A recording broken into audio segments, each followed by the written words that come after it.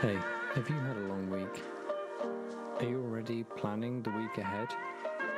Or are you still resetting after the kids, cleaning, and just general life? Are you stuck doom scrolling on social media?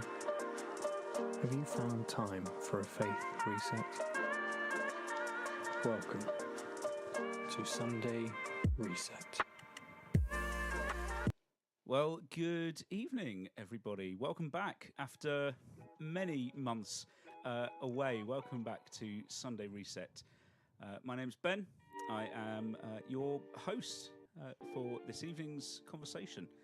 It's really, really good to have you with us. Just by way of introducing myself, especially if it's the first time for you watching, my name is Ben.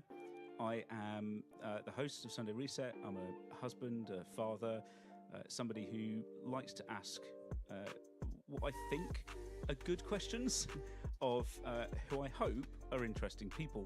You defined your terms nicely there. I appreciate that. Pedants unite. I have to be clear, and I'm joined this evening by Emily. Hello. Do you want to introduce yourself briefly, Emily? So my name is Emily Garces. My middle name is John, because when I married my husband Matt, we swapped middle names. So I'm really appreciative of the John there. I had an American publisher at the time, and she said, it's a very strong middle name for an author. So, strong middle name. Yeah. So it's Emily John Garces, which makes me quite easy to Google as well and find on the internet. I am a podcast host myself. I have a podcast called 50 Words for Snow, which is transatlantic and is all about words. And the podcast is about me doing my penance for my time as a missionary, where I used to traipse around the world and tell people what to think and what to believe.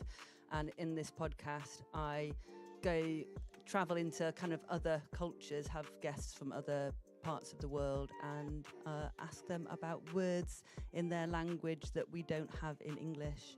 So it's kind of the opposite of what I was doing as a missionary. It's more being evangelized to and going out with an attitude of learning. I write poems as well from time to time, and I paint things, as you can see from some of the colourful images that we are surrounded by. Are we going to talk about some of these a little bit later on as we only if think people about watch creativity? and ask direct questions. So there you go. If you see something that you are intrigued by on the sofa behind us, please do pop a question in the chat and ask about it. And also joined by Kelly. Hello, I'm actually Ben's wife and mum. Did you know that, Ben? News to me. Conveniently forgotten. I wonder why. I am a bit of a fledgling songwriter. I love spending time with in music. I also do some online creative retreats around songwriting. with a brilliant group of people with United Adoration, who were originally based in America and have now set up over here. They're an epic group of artists across all sorts of different genres, visual artists, poets, all sorts. And I also get a bit involved with Resound worship every now and again. So what's Resound Worship? Just for those who They don't know. are a grassroots songwriting collective that kind of aim predominantly at growing sort of more grassroots worship, song worship for churches. That is not so you're not kind of totally relying on all those like really big names. They're not using all the same stuff as always. Like their heart is really in encouraging local songwriters to write for their own community. So it's for their community rather than kind of being flown in from elsewhere. That's what I like to hear. I hope I've done that justice. You have. Cool. Thank you. And we're going to hear something that you have written a little bit later on as well, but with others, which we'll talk about as well. Yeah. So the opening question, and I'd love to see what you guys have to say in the chat.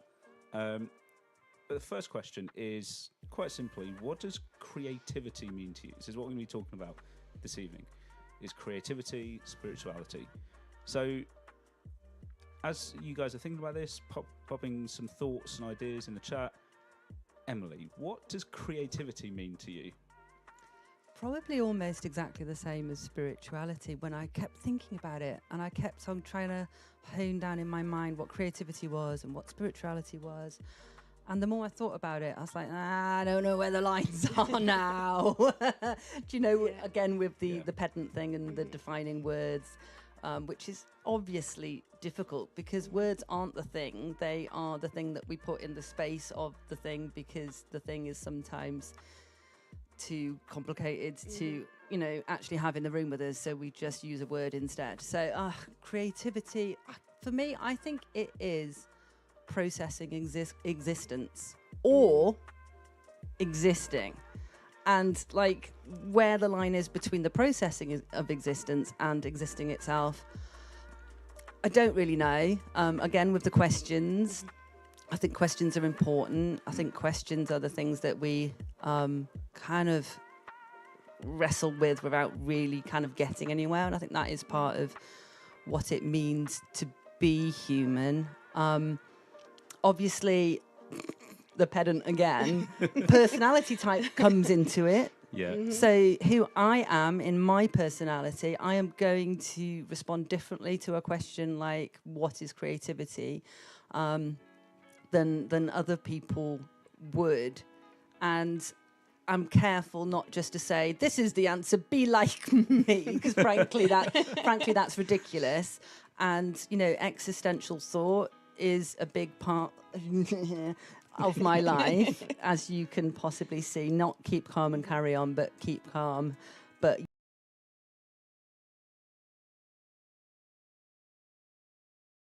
people who don't spend time outwardly processing all of this and seem to exist quite well in life. And I either want to slap them and tell them that they need to think harder and deeper and to wrestle with life itself through creative thought and creative practice, or I want them to slap me and to tell me to stop being so stupid and asking pointless questions when actually you should just be alive and be in the moment and be in your body and stop overthinking, woman.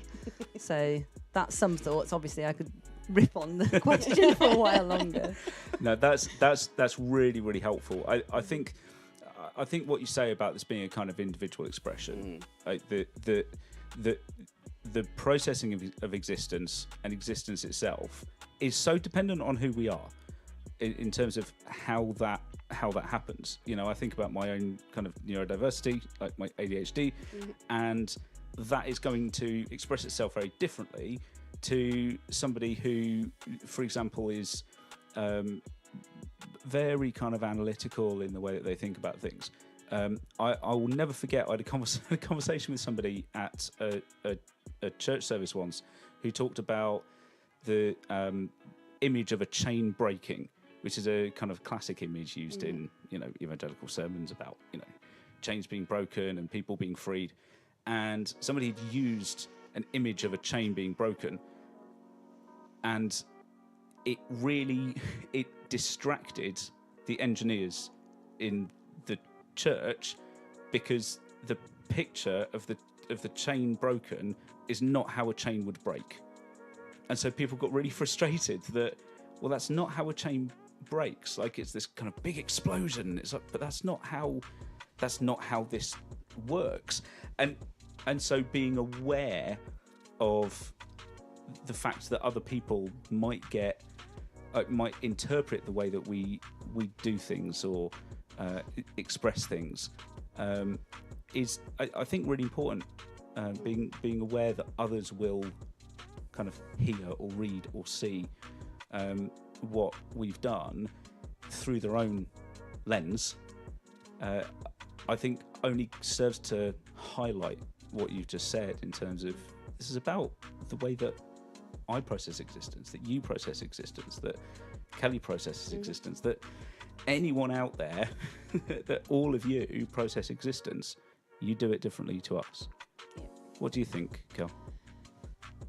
I think that's right. I think it can be really individual, but I think on the flip side as well, it can be something that really, really kind of draws you together as well. If it's something, I think if there's like a theme that kind of people are like mutually interested in and mutually sort of interested in exploring, it can be great kind of to get a bunch of kind of creatively minded people in a room looking at a specific thing, because I think for that exact reason, because all of us process things differently, right? We all, anyone who reads a poem or reads a bit of scripture or reads a book, you process it in a totally different way, because it's processed through your own personality, your own life experiences. The things that are important to you might not be as important to anybody else. So what you take out of it and what you kind of produce as a result of that is just so vastly different to anybody kind of in that group. And from a kind of songwriting perspective, for me, that's kind of where a lot of my creativity kind of comes out. One of the things that we do with Resound is a 12-song challenge, where you get a theme each month. And the variety of things that come out of this, nothing sounds the same. Nothing is written the same. You could be given the exact same bit of scripture to kind of look from, or kind of big cause that people are interested in, and not one person who kind of creates within that realm will come up with the same thing. There will be no similar, not much similar about music style, lyrics written, the way kind of musicality happens. It's so individual, and it's so kind of in that remit is so kind of dependent on the community and the kind of the place that person is coming from and who they're writing for. And I think that's one of the things I love about being in situations where you are kind of focusing on something through a creative lens, that you'll purposely be finding ways of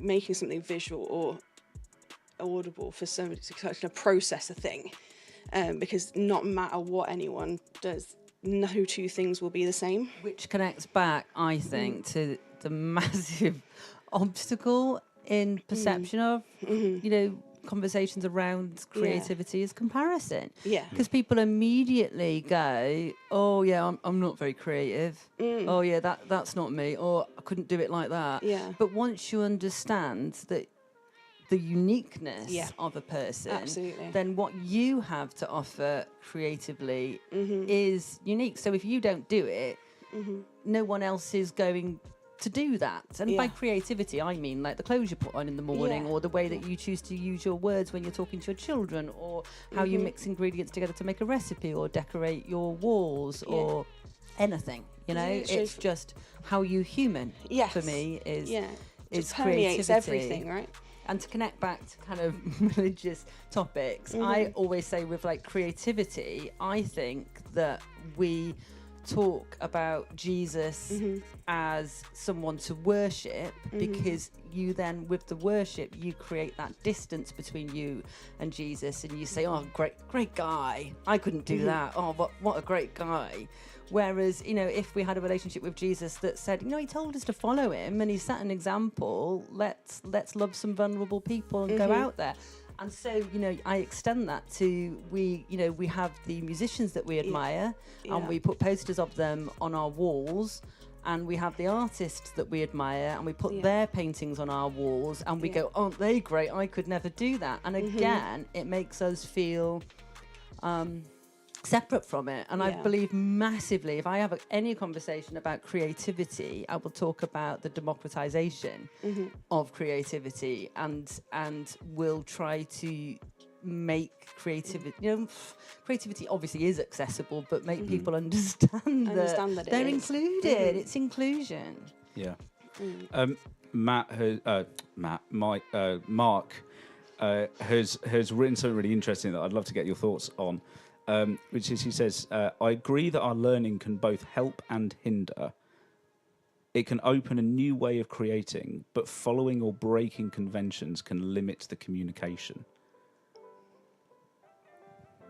What do you think about that? So that for me is a really interesting thing, because we can break the kind of conventions of society or decency, maybe, but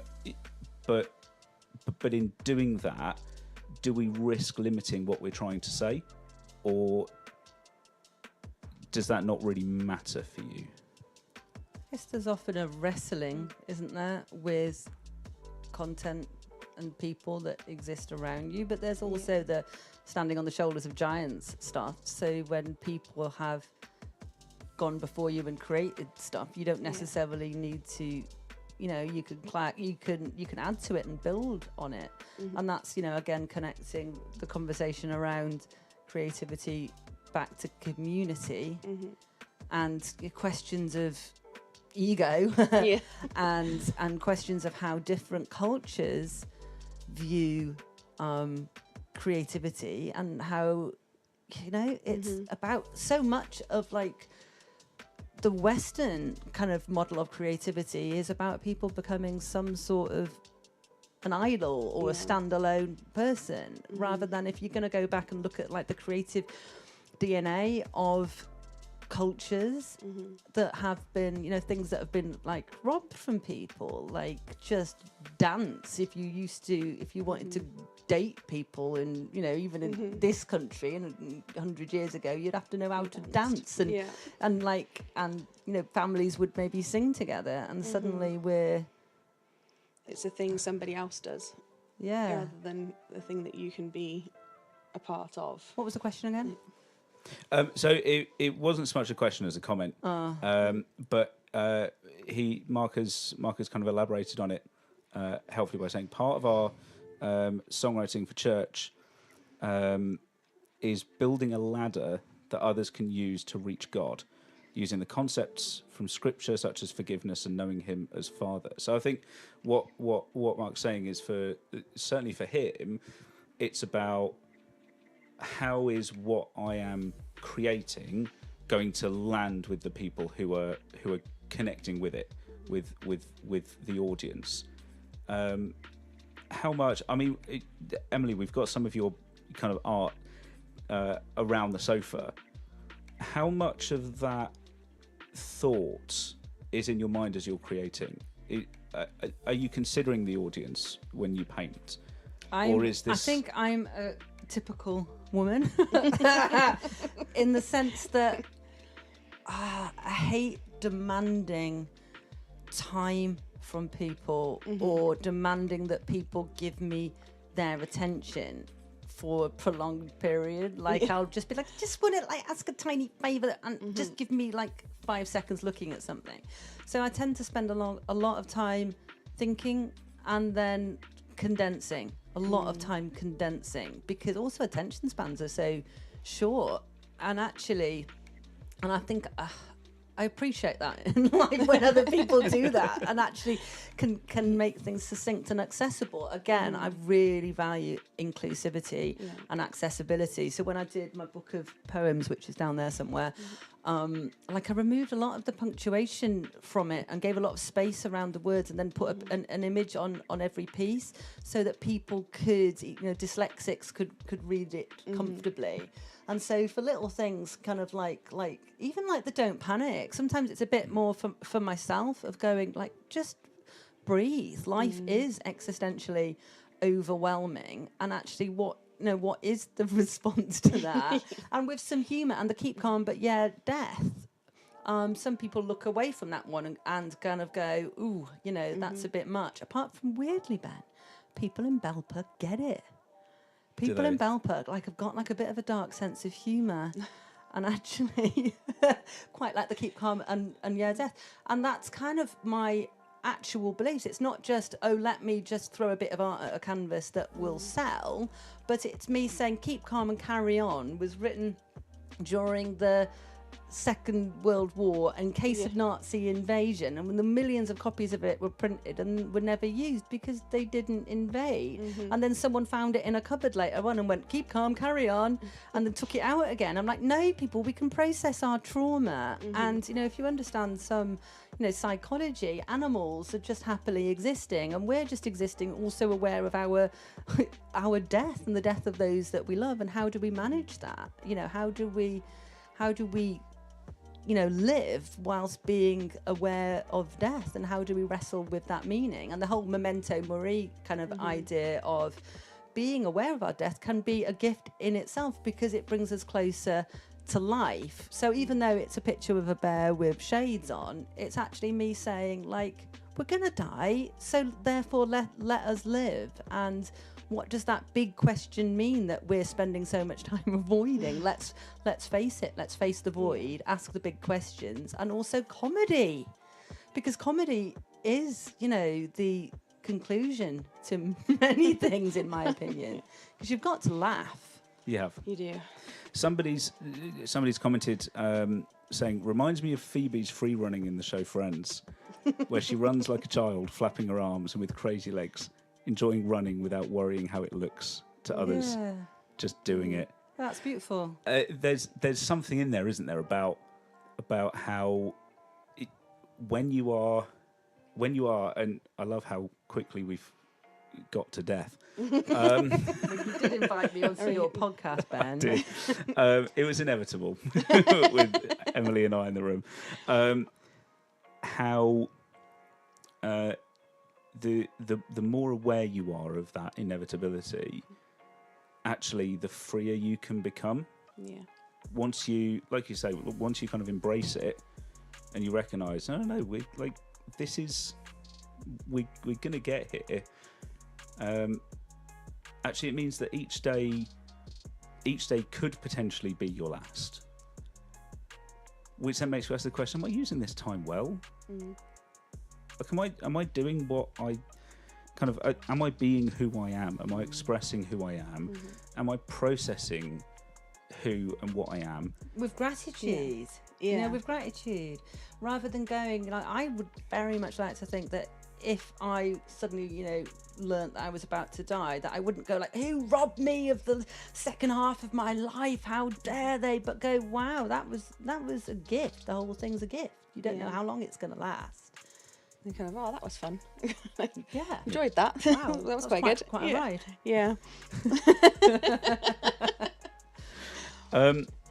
So I want to think a little bit about how this connects with God, or who you might think of as God, who those out there watching might think of as God. So we've got a short video, a bit from the message from one of the Psalms, that we're going to listen to, and then it would be really interesting to think about that connection or the intersectionality between creativity, spirituality. Are they the same? What does that mean in terms of relating to the divine? A reading from Psalm 104 from verse 24, read from the Message translation. What a wildly wonderful world, God! You made it all with wisdom at your side, made earth overflow with your wonderful creations. Oh, look, the deep, wide sea brimming with fish past counting, sardines and shark and salmon. Ships plough those waters, and Leviathan, your pet dragon, romps in them. All your creatures look expectantly to you, to give them their meals on time. You come, and they gather around. You open your hand, and they eat from it. If you turned your back, they die in a minute. Take back your spirit, and they die, revert to original mud. Send out your spirit, and they spring to life, the whole countryside in bloom and blossom. The glory of God, let it last forever. Let God enjoy his creation. He takes one look at earth and triggers an earthquake, points a finger at the mountains and volcanoes erupt. Oh, let me sing to God all my life long, sing hymns to my God as long as I live. Oh, let my song please him. I am so pleased to be singing to God. What I find really interesting about that is that Not the pet Leviathan dragon thing. pet Leviathan, I love the idea of a Romping. pet Is that what you're Leviathan gonna talk about romping in then? the ocean. Is that it on kind of first listening or reading of that, it comes across as being a kind of a real celebration of life, which it is, a celebration of life. Of it's the psalmist, writing about creation and pointing towards creation. But death is scattered throughout it. Death in that for the psalmist is an inevitability, and it was inevitability that certainly David faced all the time. Like, he was constantly under threat. He was living as if every day was his last, which it could have been on a number of occasions. And yet he wrote some of the most fantastic existential and angry poetry that we have. What does that kind of idea of all of this stuff that we do in all our creativity, no matter how that's expressed individually for us, pointing to God, what does that mean? What does that mean for you? First of all, what does that mean for you out there? Let us know. Tell us what you think about this, please. But yeah, for you guys, what does that mean? No wrong answers. I think for me, it's really, really difficult to separate, like you were saying earlier, to separate creativity and spirituality. They just kind of, I don't know how you do.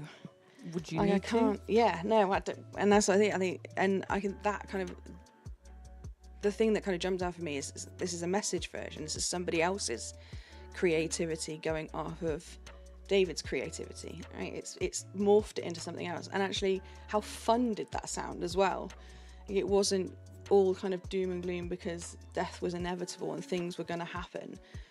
But I mean, internally, I was having a bit of a giggle when the imagery of the Leviathan kind of romping around. It's romping kind of, Leviathan. Yeah, and sounds it kind like a of. band. I think we've kind of, and for me, like from a music perspective, it reminded me immediately of a song that was written by Resound, actually, and and it's about creation. It was written for their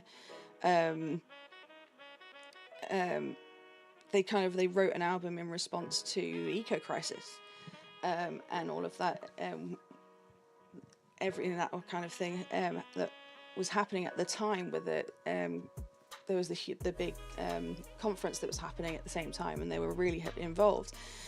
But a lot of the music in that was kind of quite heavily on the side of lament, in that, you know, we've really failed, but then there's a few songs in there that were just so fun and joyful that I think, in kind of traditionally speaking, we would go, that's a kid's song, but they were so not kids songs. They were made for everyone to enjoy, and one of them, the verses, lists like the most fun animals that you can think of. Like it's herons and sea otters and narwhals in one verse, and it was in that kind of reminded me, and that kind of the Leviathan romping around the sea is kind of, it's that kind of death was really imminent in these things, but in the fact that with our creativity and the spirituality being so kind of intertwined and so inseparable, in my opinion,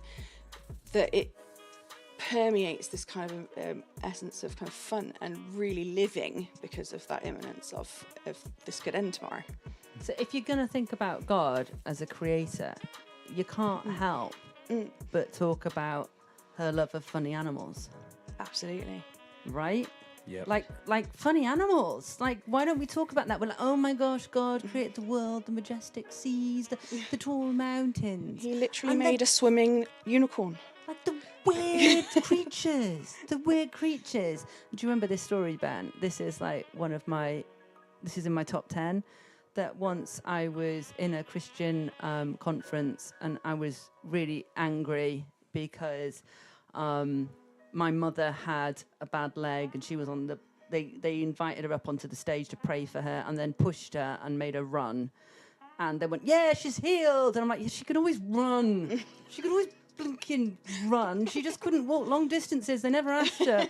So I was like 13, and I was really annoyed, and went and sat under a tree and read my Bible, and the sun is shining, and the birds are skipping around, and the Bambis are, you know, making deer noises in the background. Whatever was going on, it was going on. And I said out loud, God, it's so lovely to be so close to your creation. I wish I could feel even closer to it. And at that moment, a squirrel fell out the tree and landed on my head. And like, I really laughed. So it was almost just like I'm going, oh, I'm fed up of Christianity. I'm fed up of blinking evangelical subculture. And then God just threw a squirrel at me to make me laugh. And like, isn't that the answer? Like, we take it so seriously. We're like, oh, look at everything. Oh, but God's fun. Yeah, there are funny animals. Like everywhere. They're just available to us all the time. Like even woodlice, like small things. You don't have to go and travel to see funny animals. Oh, woodlice are hilarious. You've got some really interesting prints down here. Thinking about the funny animals and the way that and the way that you know this is going, don't you? And No. the way and the way that humour and fun are kind of baked into and emerge from lament and pain and seriousness, and they're kind of woven together. Of what I would call Jesus cats. Yeah, so I got into trouble painting this. This Jesus originally just said, Jesus loves everyone. But then I had a friend who suggested I put Jesus loves strippers, capitalists, vegans, and you. And unfortunately, I had a vegan friend online, and she unfriended me because she said, why do people always put vegans next to the unpopular people like the strippers and the capitalists? And I said, actually, I think you'll find that strippers and capitalists are very popular. And then I sold like the original. I sold a print to my ex-next door neighbour who's a pole dancer. And she loved it, and so she's got Jesus on her wall now. But the thing was, the main thing wasn't the words, but actually doing a lot of research and trying to paint a possibly, you know, historically accurate Jesus. Yeah. With some, you know, study of DNA of people at the time, and just not, you know, I don't actually believe that Jesus would have looked like this, but he was more likely to have looked something like this than the blonde guy with the blue eyes. But I did find that did offend people because they really had that image, the blue-eyed, blonde-haired Jesus that was really imprinted on them, and that had become their Jesus. And all very well, if you are, if you do look like that, maybe you want to imagine Jesus look like that, but when that is the only option of Jesus that you're given. But then I found that painting Jesus as a cat didn't offend anyone. And I don't get that, because surely that's more offensive to paint Jesus as a cat than to paint Jesus as he possibly actually looked. So maybe you can explain that to me, Ben. Is this the power of art or the power of cats that's going on here? I think it's a bit of both. I think it's power of other. It's so other from what we know that it doesn't bother us. Doesn't register. Yeah. And cats are kind of devious, aren't they? Like they're I think one of the things that I really like about that is precisely that it is so other. That it hits at something that we can't quite reconcile, but we know we want to reconcile it, but also people want to challenge it, but they don't quite know why or how they want to challenge it, because it has that kind of weird intersection between comedy and seriousness, and lightheartedness, and Jesus said no to authoritarian religion. So you want to take that statement seriously, you want to think about it, but you're like, but hold on, but you painted Jesus as a cat. Like, I don't. That's what comedy does, isn't it? It's Like funny. comedy comes in, like some of the best comedians with some really hard truths that people would not be able to listen to. But if you find yourself laughing when you're in a state of openness, and it's when you're open that you can receive things that you wouldn't kind of be ready to. So actually, me spending decades of my life thinking about what Christianity means, and having a statement like Jesus said no to authoritarian religion, and some of my reaction to world politics and stuff at the moment, and my strong beliefs that Jesus stood on the side of the oppressed. He stood up to people who were oppressively religious. And that's, so even though it looks all a bit silly, there's some thought that goes into it. And I guess that's the thing, isn't it? I guess some of these pieces are about communication. Like there is some art that is just for you, and you can move some paint around and express some kind of feelings. But sometimes when there's something boiling up inside of you that you want to actually say to actual people, what's the best way that you can say that, through your music and your your kind of outlet church for it, songs, because I'd love a chance to kind of go back and reimagine some of my childhood and some of the songs that maybe I grew up with, and go that they weren't helpful. It was penal substitutionary atonement over and over again in different forms, and I got bored and alienated by it. I watched a really interesting interview with somebody who was those of you who are kind of our generation will probably remember this song,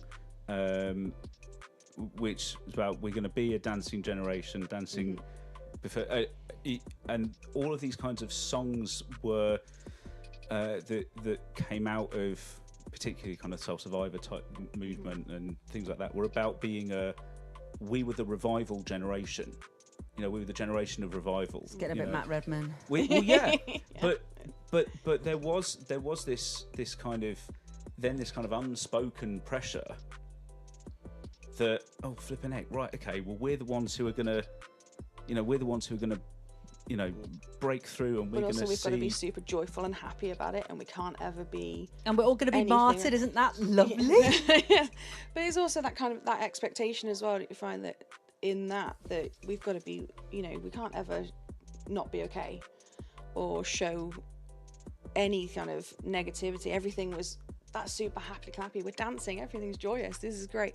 And I think one of the things that I love about the creativity and your art and what we're able to do through music now is actually it's not, and actually we can do that in a super fun way, or we can do that in a super lamenting way, and that is totally fine. But that was one of the biggest things for me that alienated me from any kind of form of church, from Christianity, from God entirely, was but I'm not okay. So can I not engage in this if I'm There's not a super lot happy? of toxic positivity Yeah, in yeah, Christianity. absolutely. I redid, get this, I redid an Alpha course recently. God bless those people. God bless those people, Ben. And I actually thought that I was like, I'm scared to go into churches because I'm like, they're not inviting my questions. They're really not. They're happy in their space. They don't want an Emily coming in saying things they haven't asked for. But with an Alpha course, it kind of said, got questions? I'm like, yeah, yeah. And so what I did notice on listening to that was just like, here was my life. So much kind of clip art and kind of real life stories, some of obviously plenty of which are perfectly true, of people who were single and who were sad and then found Jesus and a really good looking woman and then had lots of babies and got a nice house. Do you want to become a Christian? Like, and I'm like, da! And I'm like, I did that. And I, got married, and then he left, and then met a wonderful Christian man who took his own life. And I'm like, but I did my best. I followed the little formula. I let Jesus in, and how come everything isn't just lovely? Yeah, because look at the Psalms. Like how much a massive portion of the Psalms is lament. Yeah, exactly. And if they're missing, people are going to feel that there's something wrong with them. Like David properly raged. Like it wasn't just, oh man, this is a bit rubbish, isn't it? It's like, what are you doing? Like, this is not okay. I hate you. Like it was kind of, there was no kind of little emotions. And I don't really feel quite comfortable about this. It was like, I'm raging at you. This is not okay, and I'm not happy. So when it comes to like creativity and spirituality, I think I grew up in a lot of spaces where Christian art was nice. Lots of cross stitch and like Pretty little colours. yeah. And I actually, back in my early 20s, very, very early 20s, I did a couple of paintings for the church that I grew up in. One was a mountain and one was a river. And they were both really colourful and beautiful. But they were taken down from the church. They were taken down. Do you know why? They were beautiful, colourful, upbeat pictures of kind of almost biblical landscapes. Can you guess why they were taken down? Why? They didn't have Bible verses on them, so people didn't know what they meant, and therefore it was left open to interpretation, and therefore they could have meant anything, and maybe could have even meant something bad. Because I hadn't said what they were or what they were meant for or what question they were answering. That's really, that's really interesting. That's, and I think holding that kind of openness and taking that kind of risk is part of what Jesus did all the time, in terms of he spoke in parables and he asked questions, and it was all aphorisms. Yeah. And I think that having that kind of the ability to interpret and see things in different ways, and have them have your own eye, see things through your own interpretive lens, is okay. That's fine. We interpret and we see life and we experience life, as we were saying at the beginning, through our own interpretive lens, through our own experience. And so one of the things that we do here is we have something called a prayer box, which is people can drop in anonymously to an online kind of submission thing, anything that they want us to share, to think about, to bring to God. And so if you have got something on your mind that you want to bring, do share it. We will pray anonymously for you, for that situation. Remember what both Kelly and Emily have said. Don't be restricted by, oh, this is bad, this is angry, this is negative, I can't say this, this is or even this is joyous and this is happy and this is, don't be put off by the pressure maybe that some of us feel. to give a nice Christian answer or prayer. That's not what we're after. This is about you and who you are and what you're going through and what you're experiencing. And in a moment, we're going to hear a song that Kelly, you wrote, but you wrote it with some other people. Is that right? Yeah. So we started this. It was a really interesting exercise. So over the last, 18 months, maybe not quite that long, Resound have been exploring the idea of community songs.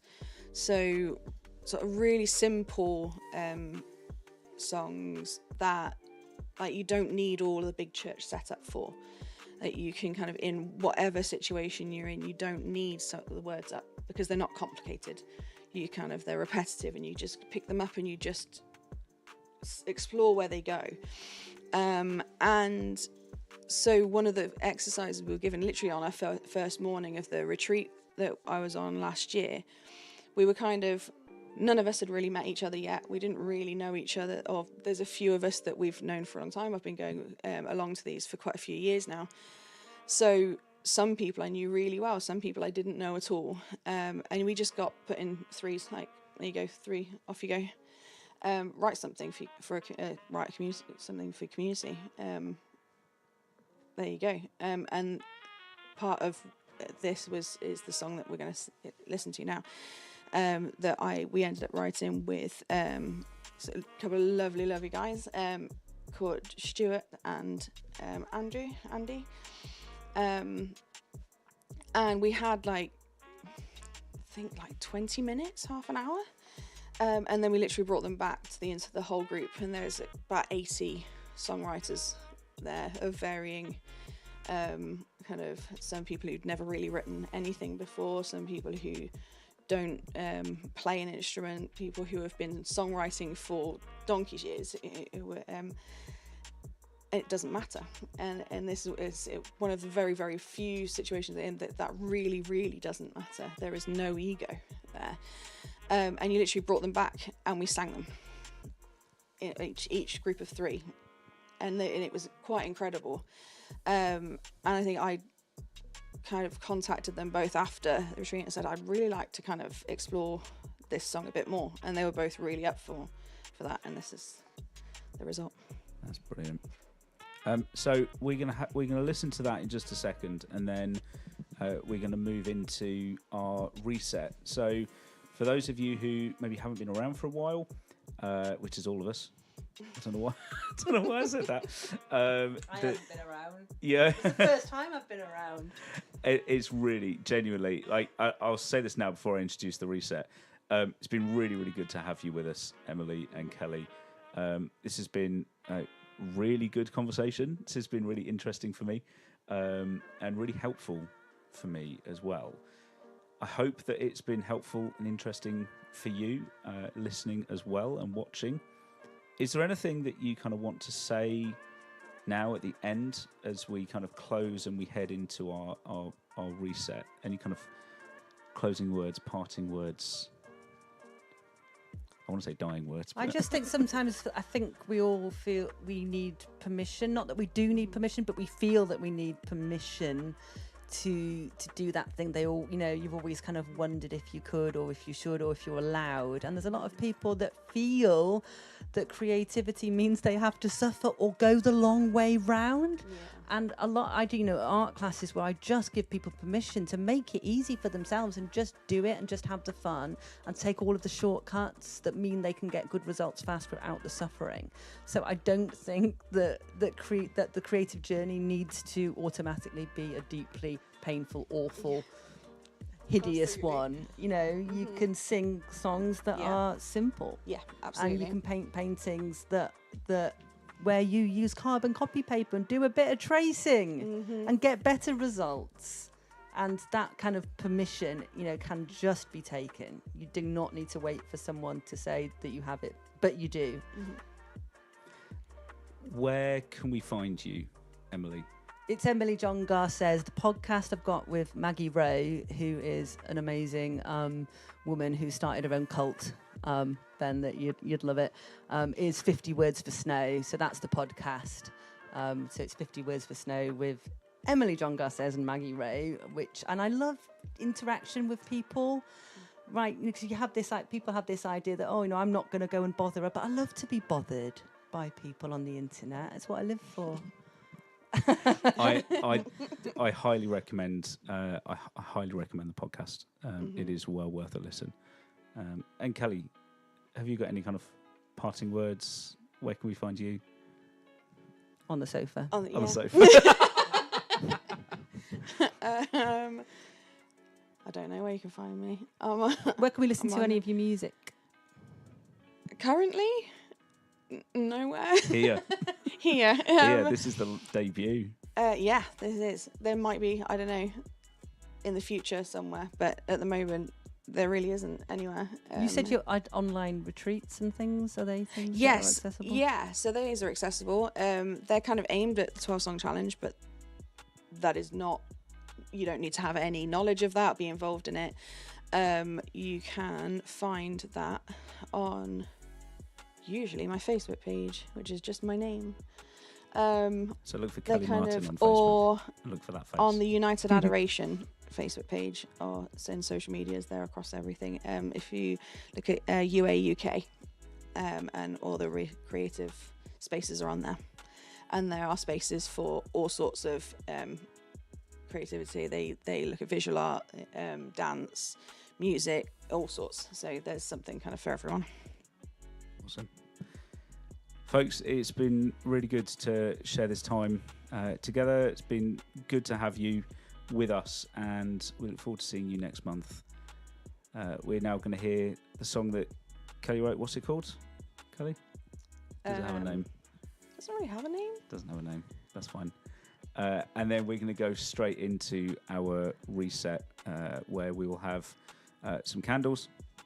We will put the candles out gradually, and then we will stop for 10 minutes of stillness, of silence.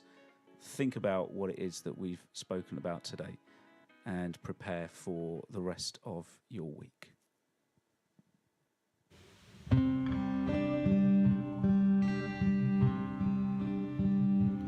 Are you tired? Are you weary? Come to Jesus. Come to Jesus. Are you hurting? Are you grieving? Come to Jesus. Come to Jesus.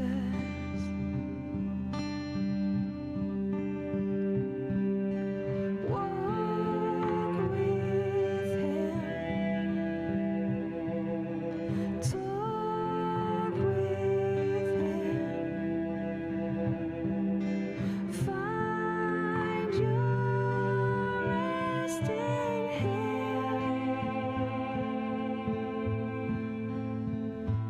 Come to Jesus. Come to Jesus.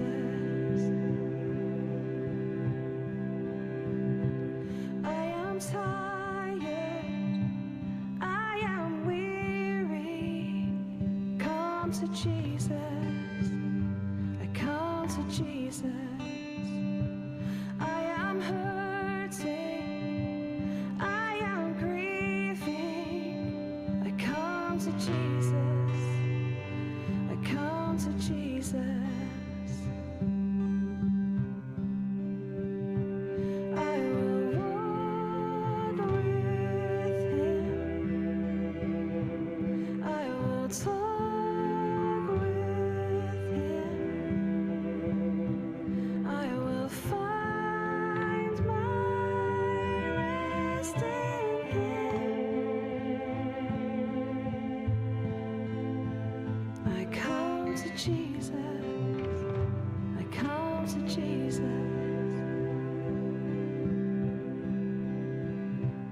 We are tired. We are weary. We come to Jesus. We come to Jesus. We are hurting. We are grieving. We come to come to Jesus.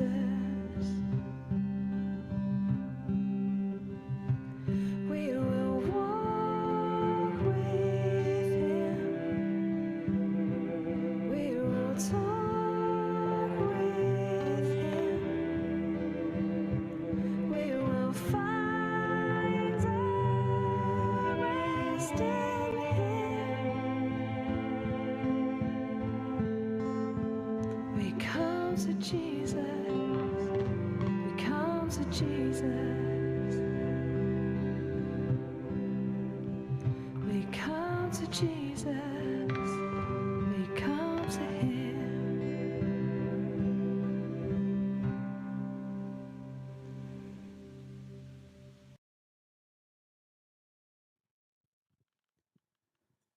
So as we come to Jesus and as we walk with Him, we remember all of those who are oppressed, all of those who face injustice, all of those who are rejected and downtrodden, those who Jesus walked with.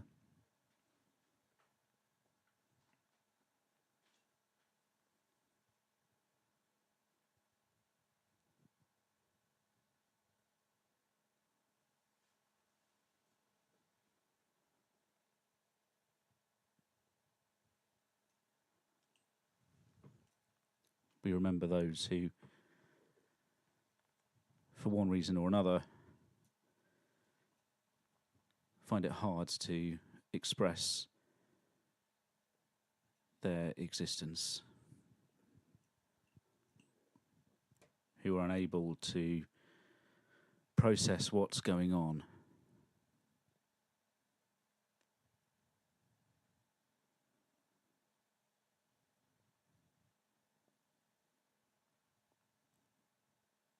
May they find ways to seek God, to connect with something within themselves, to open up what it means for them to be creative.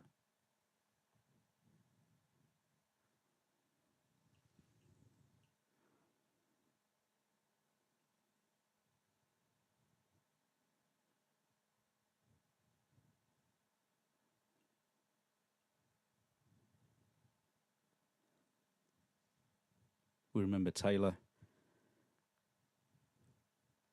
who needs the comfort and the courage and the guidance of God in the midst of illness and trying to make plans for the rest of this year.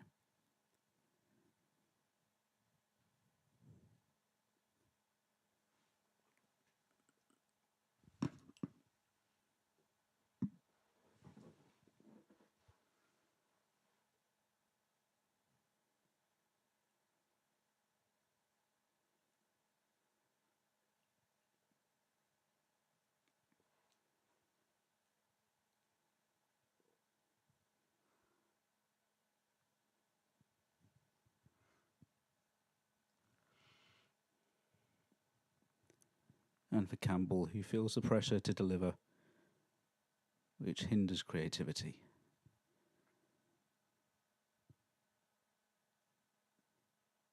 May they find inspiration to stimulate creativity, more artiness, to interpret subjects, to interpret audiences, to defy time pressure, and to choose projects wisely to make the best use of their time.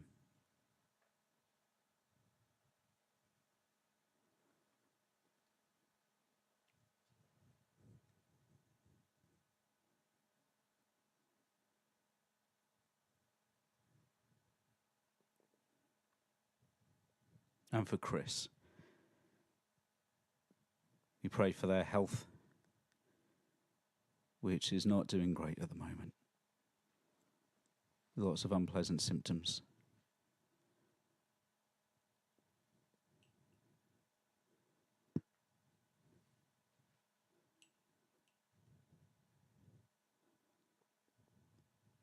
Lord, for the sense of slowing down that they're experiencing.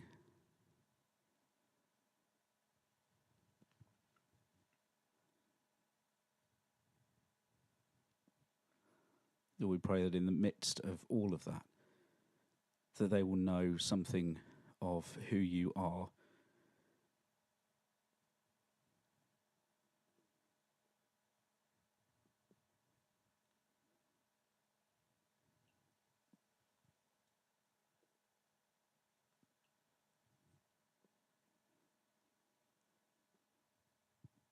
And for Morgan, for their friend who has recently lost someone close to them in tragic circumstances. Lord, may Morgan know how to support their friend, and that God would help them to grieve well.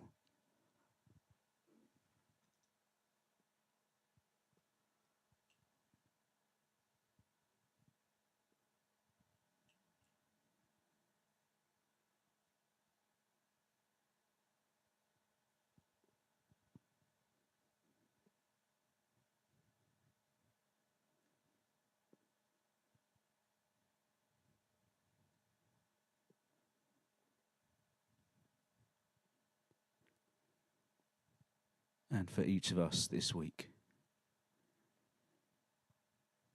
may that relationship between our creativity and our spirituality